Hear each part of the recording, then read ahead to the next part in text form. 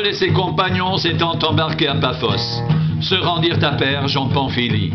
Jean se sépara d'eux et retourna à Jérusalem.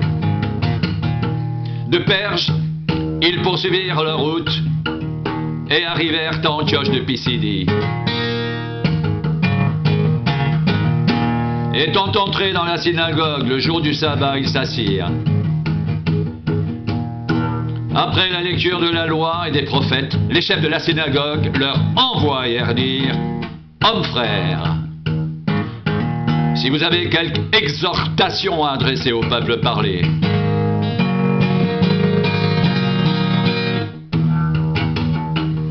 Paul se leva et, ayant fait signe de la main, il dit « Hommes israélites, et vous qui craignez Dieu, écoutez. Le Dieu de ce peuple d'Israël a choisi nos pères.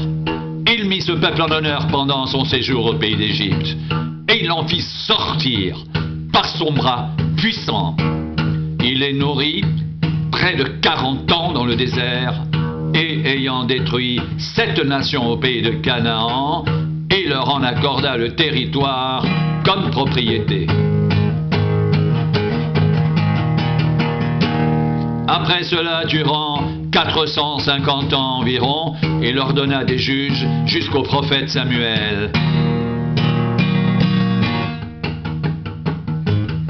Ils demandèrent alors un roi, et Dieu leur donna pendant 40 ans Saül, fils de Kis de la tribu de Benjamin, puis,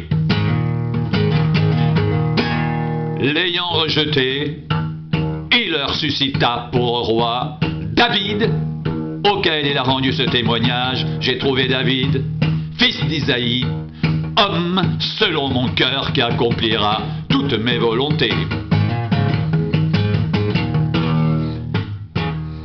C'est de la postérité de David que Dieu, selon sa promesse, a suscité à Israël un sauveur qui est Jésus. Avant sa venue, Jean avait prêché le baptême de repentance à tout le peuple d'Israël. Et lorsque Jean achevait sa course, il disait «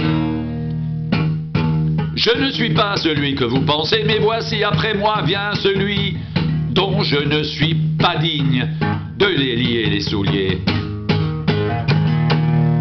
Hommes frères, fils de la race d'Abraham, et vous qui craignez Dieu, c'est à vous que cette parole de salut a été envoyée. Car les habitants de Jérusalem et leurs chefs ont méconnu Jésus et en le condamnant, ils ont accompli les paroles des prophètes qui se lisent chaque sabbat.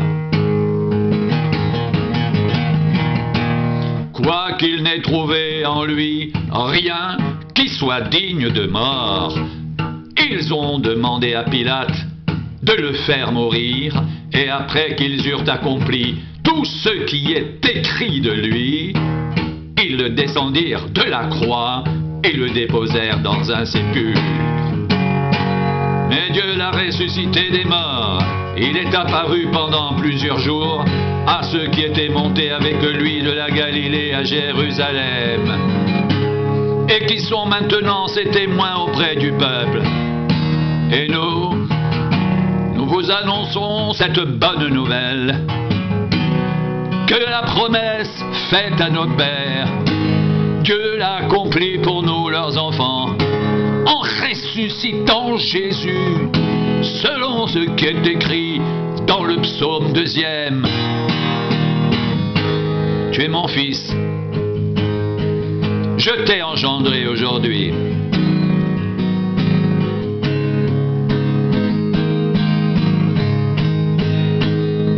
Qu'il est ressuscité des morts, de telle sorte qu'il ne retournera pas à la corruption. C'est ce qu'il a déclaré en disant « Je vous donnerai les grâces saintes promises à David, ces grâces qui sont assurées. » C'est pourquoi il dit encore ailleurs « Tu ne permettras pas que ton sein voie la corruption. »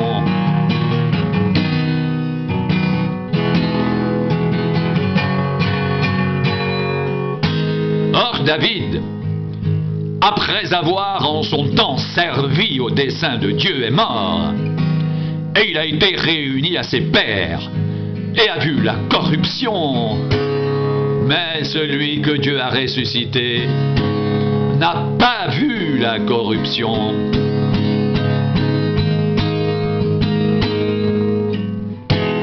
Sachez donc, hommes frères, que c'est par lui que le pardon des péchés vous est annoncé, et que quiconque croit est justifié par lui de toutes les choses dont vous ne pouviez être justifiés par la loi de Moïse. Ainsi prenez garde qu'il ne vous arrive ce qui est dit dans les prophètes.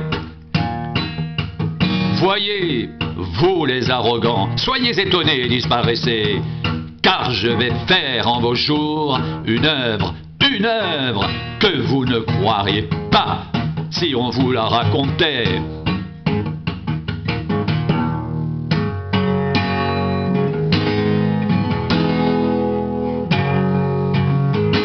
Lorsqu'ils sortirent, on les pria de parler le sabbat suivant sur les mêmes choses.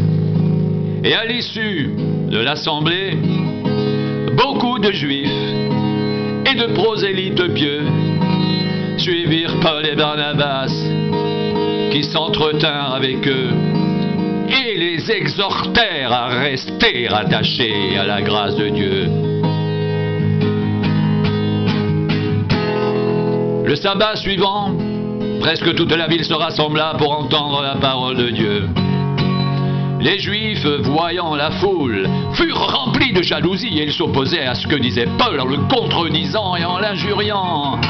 Paul et Barnabas leur dirent avec assurance: c'est à vous premièrement que la parole de Dieu devait être annoncée, mais puisque vous la repoussez et que vous vous jugez vous-même indignes de la vie éternelle, voici, nous nous tournons vers les païens.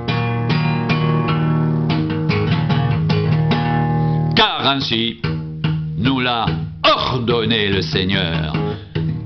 Je t'ai établi pour être la lumière des nations, pour porter le salut jusqu'aux extrémités de la terre. Les païens se réjouissaient en entendant cela. Ils glorifiaient la parole du Seigneur et tous ceux qui étaient destinés à la vie éternelle crurent. La parole du Seigneur se répandait dans tout le pays. Mais les Juifs excitèrent les femmes dévotes de distinction et les principaux de la ville. Ils provoquèrent une persécution contre Paul et Barnabas et ils les chassèrent de leur territoire. Paul et Barnabas secouèrent contre eux la poussière de leurs pieds et allèrent à Icône, tandis que les disciples étaient remplis de joie et du Saint-Esprit.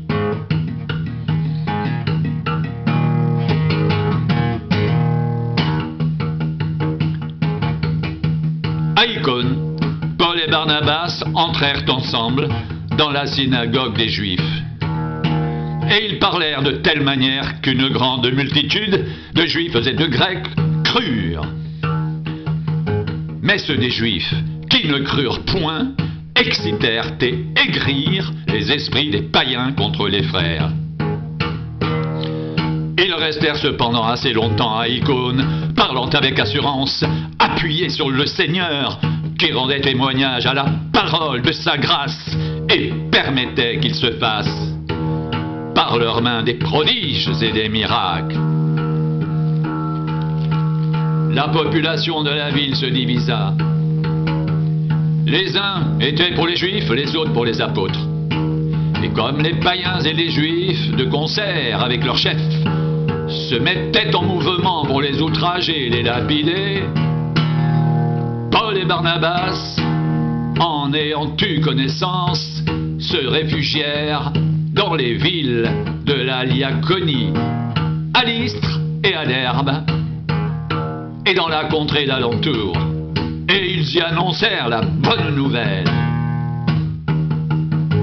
À Lystre se tenait assis un homme impotent des pieds, boiteux de naissance, et qui n'avait jamais marché. Il écoutait parler Paul, et Paul, fixant les regards sur lui, et voyant qu'il avait la foi pour être guéri, dit d'une voix forte: « Lève-toi, droit sur tes pieds. » Et il se leva d'un bond et marcha. À la vue de ce que Paul avait fait, la foule éleva la voix et dit en langue lycaonienne: « Les dieux, sous une forme humaine, sont descendus vers nous. » Ils appelaient Barnabas Jupiter et Paul Mercure, parce que c'était lui qui portait la parole. Le prêtre de Jupiter, dont le temple était à l'entrée de la ville, amena des taureaux avec des bandelettes vers les portes et voulait de même que la foule offrir un sacrifice. Les apôtres Barnabas et Paul, ayant appris cela, déchirèrent leurs vêtements et se précipitèrent au niveau de la foule en s'écriant: « Hommes, pourquoi agissez-vous de la sorte?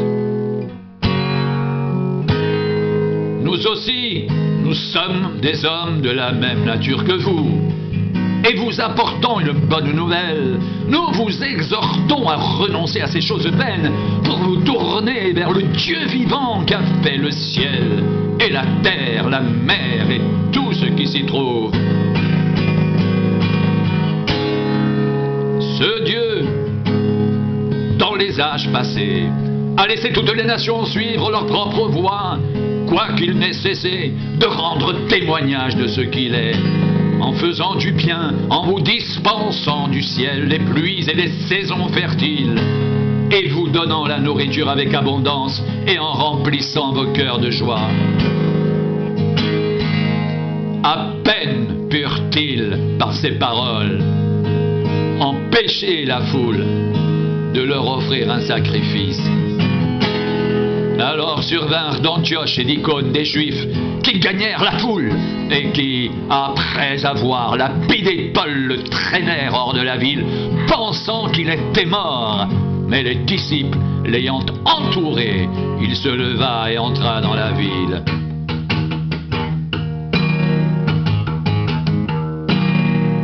Le lendemain, il partit pour Derbe avec Barnabas. Quand ils eurent évangélisé cette ville et fait un certain nombre de disciples, ils retournèrent à Lystre, à Icône et à Antioche, fortifiant l'esprit des disciples, les exhortant à persévérer dans la foi et disant que c'est par beaucoup de tribulations qu'il nous faut entrer dans le royaume de Dieu.